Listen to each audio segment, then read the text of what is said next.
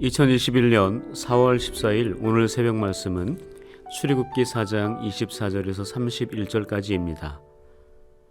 모세가 길을 가다가 숙소에 있을 때에 여호와께서 그를 만나사 그를 죽이려 하신지라. 십보라가 돌칼을 가져다가 그의 아들의 포피를 베어 그의 발에 갖다 대며 이르되 당신은 참으로 내게 핀 남편이로다 하니 여호와께서 그를 놓아주시니라. 그때 십보라가 피 남편이라 함은 할례 때문이었더라. 여호와께서 아론에게 이르시되 광야에 가서 모세를 맞으라 하시매 그가 가서 하나님의 산에서 모세를 만나 그에게 입맞추니 모세가 여호와께서 자기에게 분부하여 보내신 모든 말씀과 여호와께서 자기에게 명령하신 모든 이적을 아론에게 알리니라. 모세와 아론이 가서 이스라엘 자손의 모든 장로를 모으고 아론이 여호와께서 모세에게 이르신 모든 말씀을 전하고 그 백성 앞에서 이적을 행하니 백성이 믿으며 여호와께서 이스라엘 자손을 찾으시고 그들의 고난을 살피셨다 함을 듣고 머리 숙여 경배하였더라. 오늘 본문 출애굽기 4장 24절에서 31절의 말씀으로 지도자는 솔선수범해야 한다라는 제목의 말씀을 전하겠습니다. 출애굽기 3장에서 애굽 사람을 죽이고 미디안 광야로 도망친 모세는 40년이 지난 어느 날 하나님의 산 호렙에서 떨기나무 불꽃 가운데서 내가 너를 바로에게 보내어 너에게 내 백성 이스라엘 자손을 애굽에서 인도하여 내게 하리라 라는 하나님의 부르심과 사명을 받습니다. 그리고 오늘 보면 바로 앞절에서 하나님의 명령에 순종하기 위해 길을 떠납니다. 한 손에는 하나님 지팡이를 잡고 먼저 하나님께서 예비하신 말 잘하는 자신의 형 아론을 만나게 되죠. 그 형에게 동생 모세는 하나님께서 자신에게 말씀하신 모든 말씀과 모든 이적을 이야기합니다. 그 이야기를 들은 형 아론은 이스라엘 장로들에게 여호와께서 모세에게 이르신 모든 말씀을 모세에게 들은 그대로 전하죠. 그리고 백성들 앞에서 이적을 행하여 그들의 하나님의 말씀을 믿게 합니다. 그러나 모세가 형 아론을 만나기 전에 죽을 뻔한 상황이 있었습니다. 모세와 아내 십보라 그리고 아이들과 함께 길을 가다가 날이 어두워지고 힘들어 숙소에서 머물고 있을 때에 하나님께서 갑자기 나타나셔서 어제와는 완전히 다른 모습, 즉 자신을 죽이려고 달려드는 모습에 깜짝 놀라 어리둥절한 상황이었습니다. 그런데 바로 그때 지혜롭고 행동이 민첩한 아내 십보라가 돌칼로 아들의 포피를 베어 그의 발에 대며 당신은 참으로 내게 피 남편이라고 하자 하나님께서 모세를 놓아주어 살게 하는 말도 안 되는 일이 벌어졌습니다. 제가 영적으로 연소할 때에는 모세에게 행하시는 하나님의 모습이 이해가 되지 않았습니다. 왜냐하면 비록 살인자이지만 광야로 도망쳐서 십보라를 만나 가정을 이루고 양을 치면서 평범하게 살고 있었는데 하나님께서 그를 불러 사명을 주셔서 이제 그 사명의 첫걸음을 시작했는데 그 사람을 죽이려고 했다는 것이 뭔가 앞뒤가 맞지 않다고 생각했습니다. 모세 본인이 아닌 아들의 할례 문제로 그를 죽이려 했다는 것이 제 마음을 조금 불편하게 했습니다. 그러나 모세는 하나님께서 창세기 17장에서 아브라함을 통해 언약의 표징으로 말씀하신 할례의 규정을 어긴 것입니다. 할례는 이스라엘 백성들 중 모든 남자 아이들은 태어난 지 8일 만에 할례를 받아야 하는 규정으로서 이방인과 언약 백성을 구별하는 기준이었습니다. 즉 하나님의 언약 백성으로서의 정체성이 되는 중요한 할례를 장차 이스라엘의 지도자가 될 모세가 아들에게 행하지 않은 것입니다. 그것을 좀 더 비약해서 말하자면 하나님의 언약을 어긴 것이죠. 조금 더 세게 얘기하면 배반한 것입니다. 그 언약의 의미를 잘 알고 있는 모세가 아들에게 할례를 행하지 않았기에 하나님은 사명을 받고 나아가는 모세를 죽이려고까지 하셨던 것입니다. 모세가 경험한 이 상황을 통해 우리는 하나님의 부름을 받고 사명을 행하려는 자, 즉 하나님께서 세우신 지도자는 하나님께서 명하신 율법에 걸림돌이 될 만한 것들을 해결해야만 한다는 것을 깨달아야 합니다. 그것이 자신뿐 아니라 가족들에게도 그런 것들이 확대 적용되어야 합니다. 왜냐하면 결국은 그것 때문에 리더자 자신에게 또는 가족들과 다른 이들, 그리고 그가 속한 공동체에 큰 어려움에 영향을 미치기 때문입니다. 즉, 지도자는 모범이 되어야 한다는 이야기입니다. 사도 바울은 사도행전 20장에서 3년 동안 사역하던 에베소 교회를 떠나며 밀레도에서 에베소 교회 장로들을 초청하여 고별 설교를 하며 작별 인사를 하지요. 그 설교에서 사도 바울은 자신이 에베소 교회에 있는 동안 교회 성도들이 본받을 만한 모본을 보여준 이야기를 합니다. 이렇게 이야기했습니다. 곧 모든 겸손과 눈물이며 유대인의 관계로 말미암아 당한 시험을 참고 주를 섬긴 것, 또한 유익한 것은 무엇이든지 공중 앞에서나 각 사람 집에서나 꺼리낌 없이 말씀을 전하고 가르쳤던 것, 유대인과 헬라인들에게 하나님께 대한 회개와 우리 주 예수 그리스도에 대한 믿음을 증언한 것, 내가 꺼리지 않고 하나님의 뜻을 다 성도들에게 전한 것, 내가 아무의 은이나 금이나 의복을 탐하지 아니하였고 이 손으로 나와 내 동행들이 쓰는 것을 충당했고 그래서 범사에 성도들에게 모본을 보여주었다고 그렇게 이야기합니다. 이렇게 사도 바울은 범사에 사람들 앞에서 부끄럽지 않은 모본을 보인 자신의 이야기를 하며 그들도 그렇게 하나님을 섬기고 교회를 지키고 성도들을 섬겨달라고 부탁을 합니다. 또한 사도 바울은 빌립보 교회 성도들에게 형제들아 너희는 함께 나를 본받으라 라고 당당하게 선포합니다. 그리고 고린도 교회 성도들에게도 너희는 나를 본받는 자가 되라고 선언하지요. 그러나 사도 바울이 이렇게 자신을 본받으라고 말한 것은 내가 그리스도를 본받는 자가 된 것, 바로 그것을 본받으라 라는 것입니다. 그 이야기는 바로 예수 그리스도를 본받으라는 것입니다. 베드로는 지도자로서 큰 본이 되시는 예수 그리스도에 대해 이렇게 말합니다. 그리스도도 너희를 위하여 고난을 받으사 너희에게 본을 끼쳐 그 자취를 따라오게 하려 하셨느니라. 즉 사도 바울과 베드로는 내가 예수님을 본받아 살았듯이 당신들도 그렇게 살아 다른 이들의 모범이 되어달라고 부탁한 것입니다. 그러므로 우리가 본을 삼아 따라가고 닮아가야 하는 지도자는 오직 예수 그리스도 한 분이십니다. 그런데 그 주님께서 살아계실 때 무리와 제자들에게 마태복음 23장에서 서기관과 바리새인들을 본받지 말라고 말씀하십니다. 그 이유는 그들은 말만 하고 행하지 않기 때문이었습니다. 또한 자신은 손가락 하나 까딱하지 않고 무거운 짐을 사람의 어깨에 지우기 때문이었습니다. 또한 사람들에게 잘 보이려고 화려하게 옷을 입고 잔치의 윗자리와 회당의 높은 자리에 앉는 것을 좋아하고 시장에서 문안받는 것과 사람들에게 랍비라 선생이라 칭함받는 것을 좋아했기 때문이었습니다. 우리가 본받고 따라가야 할 분은 오직 예수 그리스도 한 분이십니다.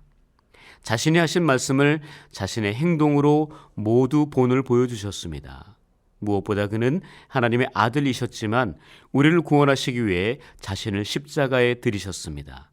가난하고 아프고 슬픈 이들, 죄인들을 돌아보시며 그들을 불쌍히 여기시고 그들을 사랑하셨고 그들과 함께 계셨고 그들에게 하나님의 나라를 가르쳐 주셨습니다. 즉 주님은 모든 이들에게 모범을 보여주셨던 것입니다.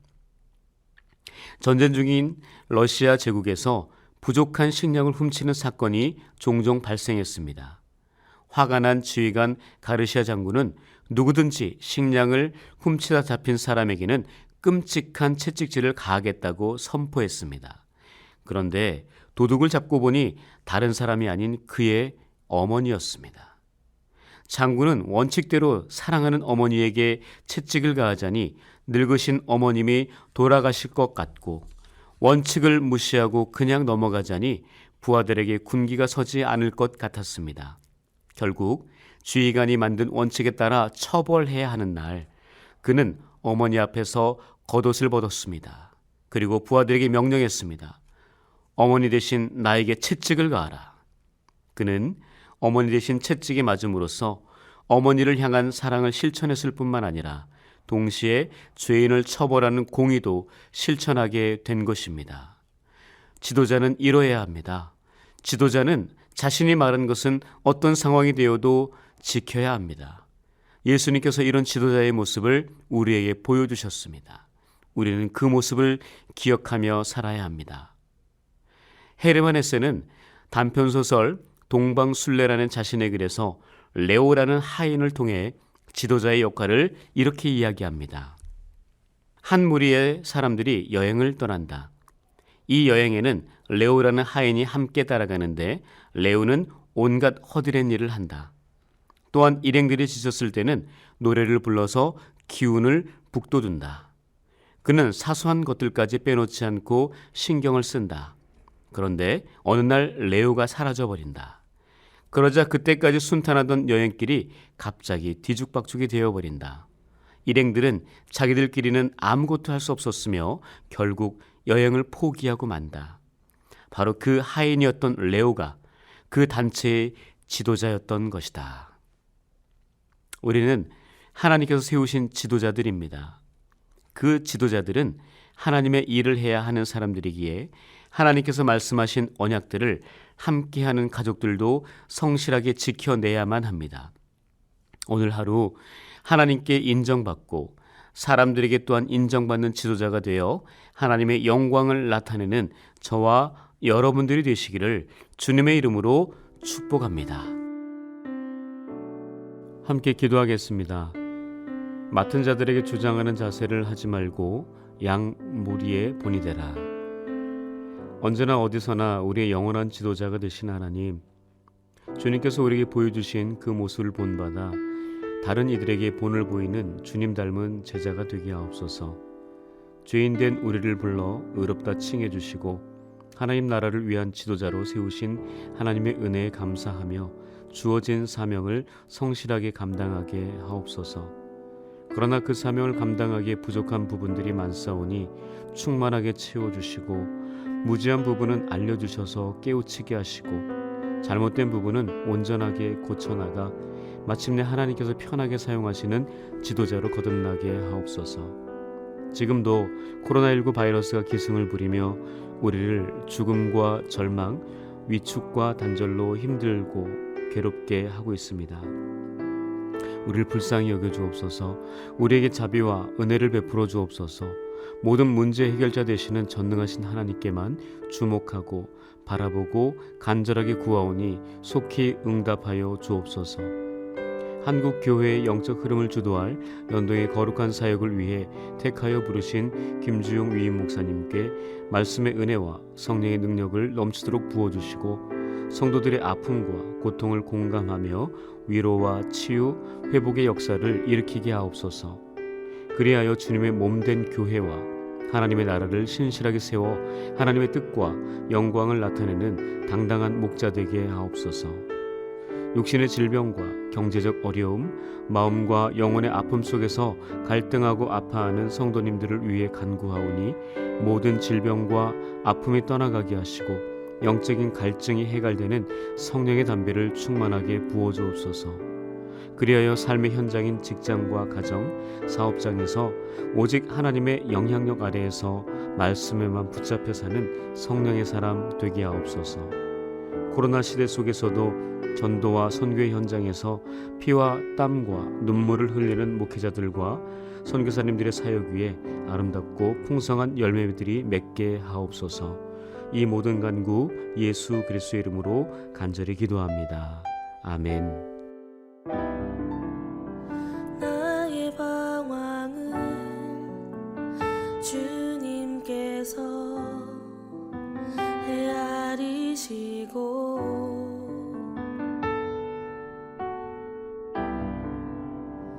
나의 눈물은 주의 병에 담으소서. 나는 비천하고 수치와 조롱에 홀로 남았으니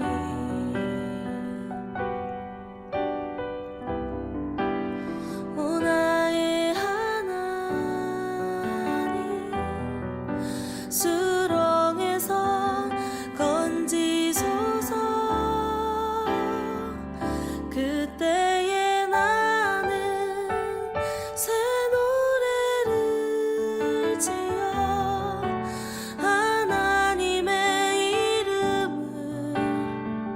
찬양하리. 가난하고 갇힌 자들의 소리를 들으시는 구원의 하나님을 높이리. 하늘아 땅아 주님을 찬양하라. 그 한결같은 사랑 구원의 은혜를 긍휼의 하나님 주님만 기다립니다. 주 얼굴을 보이소서.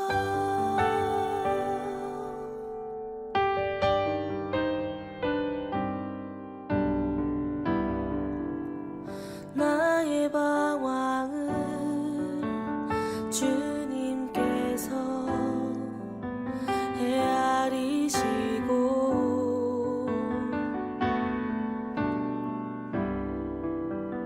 나의 눈물을 주의 병에 담으소서. 나는 비천하고 수치와 조롱에 홀로 남았으니